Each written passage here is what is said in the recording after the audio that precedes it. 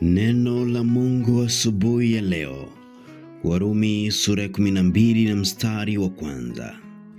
Basi ndugu zangu, nawasihi kwa huruma zake Mungu, mtolee miili yenu iwe dhabihu iliyo hai, takatifu, ya kumpendeza Mungu, ndiyo ibada yenu ya kiroho.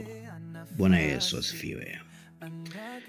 Leo tunamshukuru Mungu kwa ajili ya pumzi ya uhai. Ametupa tena nafasi ya upendeleo kuweza kuishi siku ya leo. Ikiwa leo ni siku ya ibada, nikusihi tu upange kwenda ibadani.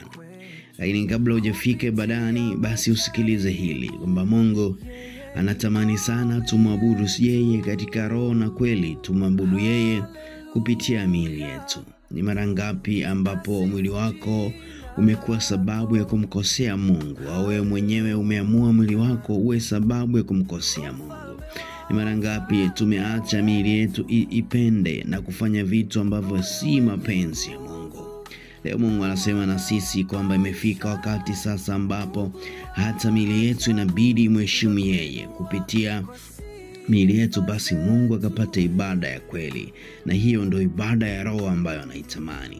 Tusipende kuitumia miili yetu vibaya kwenye mambo mabaya, mambo ya ushirati, mambo ya uzinzi, mambo ya uvutaji wa sigara na bangi, mambo ya ulevi, mambo yote ambayo ni machukizo. Basi tuiepushe sana miili yetu kufanya hivyo, kwani Mungu anahitaji sana miili yetu ili tumike katika kumwabudu yeye kwenye roho na kweli.